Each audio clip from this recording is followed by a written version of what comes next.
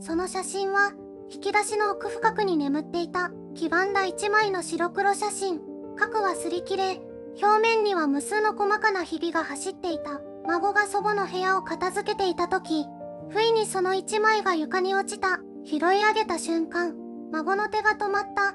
裏面に、薄くなった墨で書かれた文字があったのだ。1958年3月、忘れないでいてください。68年、祖母はその写真を誰にも見せることなく、ずっと手放さなかった。やがて孫は知ることになる。その写真に写った青年が祖父ではないことを。そして祖母が涙をこらえながら、それでも微笑んで語った時、部屋の空気が一つ静かに揺れた。あの一羽ね、たった2日しかいなかったの。戦争が終わったばかりの町で、ほんの2日間だけ出会った青年がいた。その青年は翌朝、何も告げずに去っていった。祖母はその背中を生涯忘れることができなかった。ではなぜ、祖母は別の人と結婚したのか。ではなぜ、祖父との日々を選んだのか。そして祖父は、その写真の存在を知っていたのか。孫が一枚の写真をきっかけにたどり始めた記憶の道は、やがて、68年分の沈黙と愛情が交差する場所へとつながっていった。これは、ある祖母が生涯をかけて守り続けた、小さくて深い秘密の話だ。次は、この物語の主人公である祖母自身について、その人生の始まりからご紹介していこう。その人の名は、キム・ソニョン。1938年、朝鮮半島の小さな港町に生まれた女性だ。幼い頃から、彼女は静かな子供だった。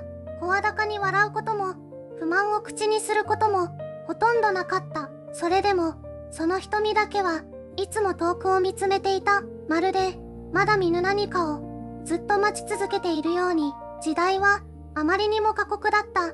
彼女が12歳の時、朝鮮戦争が始まった。砲声が山を越え、人々が家を捨てて逃げ惑う中、ソニョンもまた、家族と共に南へと歩き続けた。焼け跡と泥と、別れの涙だけが残る道を、戦争が終わっても、傷は消えなかった。街は廃墟のように静まり返り、若者たちは言葉を失っていた。それでも人々は、生きるために立ち上がった。笑うことを忘れても、前を向くことだけは、やめなかった。ソニョンが20歳を迎えたのは、1958年、休戦から5年が経ち、世界はようやく息を整え始めていた頃だ。彼女はその年、人生で最も輝かしく、そして最も静かな瞬間を迎える。若い女性にとって、それは選択の季節でもあった。誰と生きるか、どこで生きるか、何を心の中に大切に抱えて生きていくか。ソニョンは多くを語らない女性だった。しかし、語らないということは、何も感じていないということではない。むしろ、深く感じるからこそ、言葉にできないことがある。68年後、一枚の古びた写真が引き出しの底から現れた時、その沈黙の意味が、ようやく問われることになる。では、1958年のあの夏、ソニョンは一体誰と出会ったのか。次は、その運命の出会いの瞬間へと、時を遡っていこう。1958年、夏の終わりのことだった。朝鮮戦争が終わって、まだ5年しか経っていなかった。焼け跡は残り、人々の心にも、まだ深い傷が刻まれていた。ソニョンは17歳だった。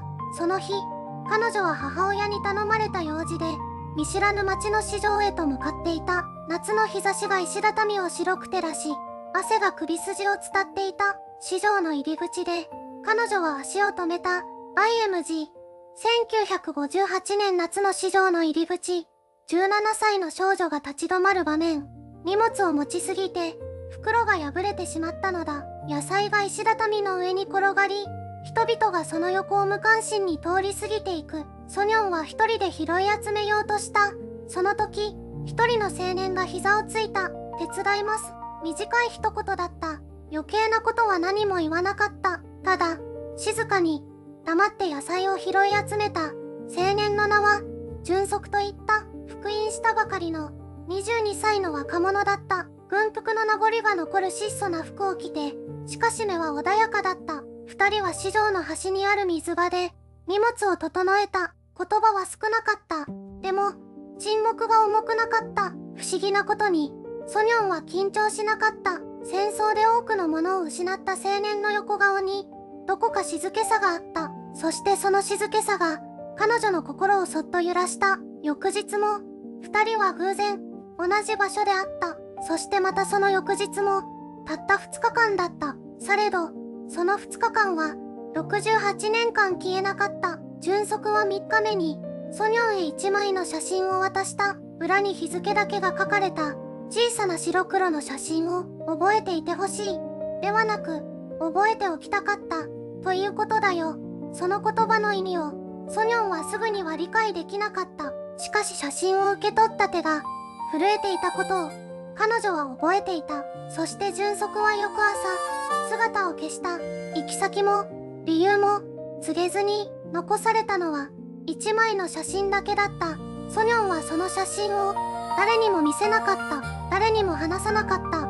ただ、引き出しの奥深くに、静かにしまい続けた。68年間、ずっと、次の問いは、こうだ。なぜ純足は消えたのか。そしてその消え方が、ソニョンのその後の人生を、どのように変えてしまったのか。次のパートで、その転換点へと踏み込んでいく。純足が消えた。その事実だけが、ソニョンの胸に静かに沈んでいった。最初の数日は、待った。きっと戻ってくると、信じていた。戦後の混乱の中で、道に迷っているだけかもしれない。そう自分に言い聞かせながら、彼女は毎朝、同じ場所に立ち続けた。しかし、1週間が過ぎた。1ヶ月が過ぎた。それでも、純足は現れなかった。やがてソニョンは、待つことをやめた。やめざるを得なかった。生きていくために、戦争が終わったとはいえ、世界は壊れたままだった。家族を失った者が、街に溢れていた。食べるものも、住む場所も、十分ではなかった。悲しんでいるいとまなど、誰にも与えられていなかった。そんな時代の中で、ソニョンは一人の男性と出会った。ジュノという名の、穏やかな男だった。派手さはなかった。情熱的な言葉も、語らなかった。ただ、毎日そこにいた。ソニョンの隣に、静かに寄り添い続けた。二人は、嵐の中で互いに寄りかかるように、共に生きることを選んだ。それは恋と呼べるものだったのか、今となっては、わからない。しかしそれは確かに、生きることへの意志だった。ソニョンはジュノと結婚し、子供を産み、家庭を築いた。笑いのある日々だった。涙もあった。喧嘩も、和解も、あった。普通の、しかし確かな暮らしだった。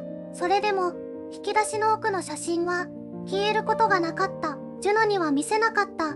子供たちにも、話さなかった。ただ、それだけが、ソニョンだけの場所として、静かに残り続けた。人は時に、忘れることで前へ進む。しかし忘れないことで、前へ進む人もいる。ソニョンにとって、あの写真はそういうものだったのかもしれない。過去への未練ではなく、自分がかつて確かに存在した証として、この転換点を経て、ソニョンの人生には、小さな幸せが積み重なっていく。次のパートでは、その積み重ねの先にある、静かな光へと向かっていく。ソニョンの暮らしは、少しずつ落ち着きを取り戻していった。戦争が終わり、街には少しずつ人の声が戻ってきた。市場には野菜が並び、子供たちの笑い声が路地に響くようになった。そんな日常の断片が、一つ一つ積み重なっていった。ソニョンは、村の小学校で働き始めた。子供たちに文字を教える仕事だった。給料は少なかった。それでも、教室に差し込む朝の光の中で、子供たちが一生懸命ノートに字を書く姿を見るたびに、胸の奥が温かくなった。やがて、縁談が持ち込まれた。相手は、同じ村に暮らす真面目な男だった。派手さはなかった。口数も少なかった。しかし、ソニョンの隣に静かに立ち続ける人だった。ソニョンは長い時間をかけて、その人と並んで歩くことを選んだ。結婚式は質素なものだった。花嫁衣装も借り物だった。それでも、その日の空は青く晴れていた。ソニョンは後に、その空の色をよく覚えていると語った。子供が生まれた。長男が生まれ、次に娘が生まれた。狭い家の中に、笑い声が増えていった。夫は毎朝早く起き、夜遅くに帰ってきた。ソニョンは家を守り、子供たちを育てた。それは決して華やかな日々ではなかった。しかし、確かに温かい日々だった。引き出しの奥の写真は、誰にも話さなかった。それでもソニョンは、時折夜が深くなると、静かにその引き出しの前に立った。長くではない。ほんの少しだけ。そしてまた、眠りについた。幸せとは、きっとそういうものだ。完全ではなく、説明もできない。それでも、確かにそこにある。しかしその頃、ソニョンの人生に、予告のない試練が静かに近づいていた。暖かさの中に、最初の日々が入ろうとしていた。次のパートでは、それでもソニョンを支え続けたものへと、向かっていく。試練は、音もなくやってくる。ソニョンが気づいたのは、ある冬の朝のことだった。夫が、いつものように食卓についていなかった。それだけのことだった。しかし、その空白が、胸の奥に小さなトゲを残した。夫婦というものは、長く共に生きるほど、言葉が少なくなる。それは慣れなのか、それとも疲れなのか、ソニョンには、うまく区別がつかなかった。子供たちは独立し、家の中は静かになっていた。静けさは、時に孤独と同じ顔をして現れる。ソニョンは何度か、すべてを手放そうと思った。感情を、記憶を、そしてあの引き出しの中の写真も、もういいのではないか。と、68年は、長すぎる、そう思う夜もあった。しかし、その度に、ソニョンの傍らに戻ってくるものがあった。それは娘ではなかった。息子でもなかった。ある日、一人の近所の老婆が、ソニョンの家を訪ねてきた。特別な用事はなかった。ただ、一緒に茶を飲みたかっただけだと言った。二人は長い時間、何も語らずに座っていた。それでよかった。言葉はいらなかった。人は、誰かに支えられているとき、大抵それに気づかない。気づくのは、その人がいなくなってからだ。老婆は翌年、静かに言った。ソニョンは葬儀の帰り道、ずっと泣き続けた。その涙の中に、58年前の青年への涙も、きっと混じっていた。支えとは、華やかなものではない。ただそこにいること、ただ隣にいること、それだけで、人は生き続けられる。ソニョンは、また立ち上がった。しかし、年を重ねるごとに、体と心には、新たな変化が訪れ始めていた。年を重ねるということは、静かな変化の積み重ねだ。ソニョンは、夫の隣で長い年月を過ごしてきた。派手な出来事など、何一つなかった。朝が来て、夜が訪れる。その繰り返しの中で、気づかないうちに、自分が変わっていた。最初の変化は、手だった。鏡の前に立った時、自分の手を見た。シワが深く刻まれていた。その手で、子供を育てた。その手で、夫の背中をさすった。その手で、何度も涙を拭いた。同じ手のはずなのに、まるで別の人の手のように見えた。次の変化は、記憶だった。ふとした瞬間に、昔のことが鮮明に蘇るようになった。58年前の夏の朝、駅のホームに立っていた青年の横顔、言葉ではなく、ただ存在していたこと、それだけが、胸の奥に焼き付いていた。年老いるほど、遠い記憶が近くなる。そういうものなのかもしれない。そして、最後の変化は、価値観だった。若い頃は、幸せとは手に入れるものだと思っていた。愛も、安らぎも、満足も、努力して掴み取るものだと。しかし今は違う。幸せとは、失わずに済んだものの中に、静かに宿っているものだと知った。夫と並んで縁側に座る夕暮れ、湯飲みから立ち上がる湯気、庭の木が風に揺れる音、それだけで、十分だった。その気づきが、ソニョンを変えた。生き方そのものを、変えた。派手でなくていい。誰かに認められなくていい。ただ、今日一日を、丁寧に生きること。それが、68年をかけてたどり着いた、ソニョン自身の答えだった。しかし、変化はまだ終わっていなかった。それまでの変化は、すべて内側のものだった。心の奥で、静かに起きていた変化だった。だが次に訪れるものは、違った。それは外側から、突然やってくるものだった。そして、ソニョンの人生の意味を、根底から問い直すことになる。それは、一本の電話から始まった。ジュノが番号を押す手は、かすかに震えていた。68年前の日付、古びた黒白写真、そして、裏に残された一行の文字、それだけを手がかりに、彼は調べ続けた。図書館の古い名簿、地方の記録書、戦後の移住者リスト。何週間もかけて、ようやく一つの名前にたどり着いた。電話口の向こうで、老いた男性の声がした。ソニョンのことを、どこで知ったのですか？声は低く、静かだった。しかしその中に、何か長い時間を抱えたような重さがあった。ジュノは息を飲んだ。祖母の名前を、この人は一度も忘れていなかった。そのことが、声の質だけで伝わってきた。ジュノは祖母に会いに行った。写真を取り出した。表ではなく、裏を祖母に向けた。ソニョンはそれを見た瞬間、手が止まった。長い沈黙があった。窓の外では、春の光が静かに差し込んでいた。おばあちゃん、この人に連絡が取れた。ジュノはそれだけ言った。ソニョンは何も答えなかった。ただ、写真を胸に押し当てて、目を閉じた。その顔には、悲しみでも喜びでもない、何か別の表情があった。長い年月をかけて、ようやく下ろせた荷物のような、静かな解放の表情だった。68年間、彼女は誰にも言えなかった。夫への愛情は本物だった。子供たちへの献身も、孫への慈しみも、すべて本物だった。しかしその奥底に、ずっと小さな光が灯っていた。たった2日間だけであった青年の笑顔。それを忘れられなかった自分を、彼女はずっと責めていた。でも、今この瞬間、ジュノは分かった。祖母は不実だったのではない。それほど深く、人を愛せる人だったのだ。ソニョンはゆっくり目を開けた。そしてジュノを見て、初めて微笑んだ。涙は出なかった。ただ、長い年月の果てにある、静かで穏やかな微笑みだった。その笑顔を見たとき、ジュノは思った。この話には、まだ続きがある。ソニョンが68年間守り続けたものの意味は、写真の中だけにあったのではない。それは、彼女が現在まで生き続けてきた、その時間の中にあった。そしてジュノは今、その時間の入り口に立っていた。ソニョンが微笑んだその日から、ジュノの日常は少しずつ変わっていった。以前の彼は、祖母の部屋を整理することを、ただの作業だと思っていた。古いものを片付けて、新しい空間を作る、それだけのことだと。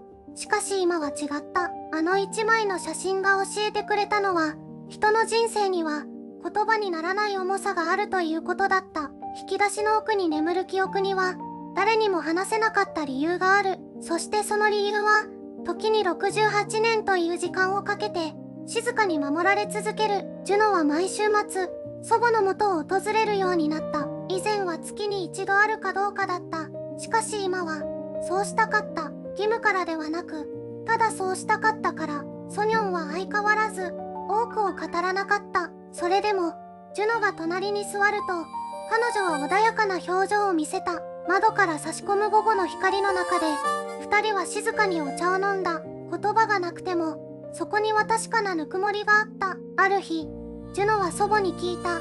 おばあちゃん、後悔はある？ソニョンは少し考えてから、首を横に振った。後悔じゃないの。ただ、懐かしいの。その言葉は、ジュノの胸の奥に、静かに落ちた。後悔と懐かしさは、似ているようで違う。後悔は過去を変えたいという痛みだ。しかし懐かしさは、その時間があったことへの、感謝に似た感情だ。ソニョンが68年間守り続けたのは、後悔ではなかった。それは、確かに存在した時間への、ひそやかな敬意だったのかもしれない。祖父は、すでに10年前に他界していた。ジュノはかつて、祖母と祖父の関係を、ごく普通の夫婦だと思っていた。しかしあの写真を見て以来、その見方が変わった。二人の間にも、語られることのなかった物語があったはずだ。そしてソニョンは、その全てを抱えながら、家族のそばで生き続けた。それは弱さではなかった。むしろ、途方もない強さだった。2026年の春、ジュノは一つの決意をした。いつか、この話を形にしたいと思った。祖母のためではなく、自分のために、そして、同じように胸の中に何かを抱えて生きている。誰かのために、人の人生には、必ず語られなかったページがある。ソニョンの引き出しの中にあったように、この物語には、まだ最後の1ページが残っている。この物語を、最後まで聞いてくださって、ありがとうございます。ソニョンは68年間誰にも話さなかった。それは秘密ではなく、ただ言葉にできない何かだったのかもしれません。人は誰でも心の引き出しの中に一枚の写真を持っています。色あせても捨てられない何か、忘れたふりをしても忘れられない誰か。それは弱さではありません。それこそがその人が懸命に生きてきた証です。ジュノは祖母の物語を形にしようと決めました。祖母のためでも過去のためでもなく、今この瞬間を生きているあなたのために、あなたの胸の中にも語られなかったページがあるとしたら、それはまだ終わっていない物語です。今日も誰かの引き出しの中で一枚の写真が静かに眠っています。2026年の春、その物語はまだ続いています。もし今日の話が心に触れたなら、ぜひチャンネル登録と高評価をお願いします。あなたの応援が次の物語を生み出す力になります。また次回お会いしましょう。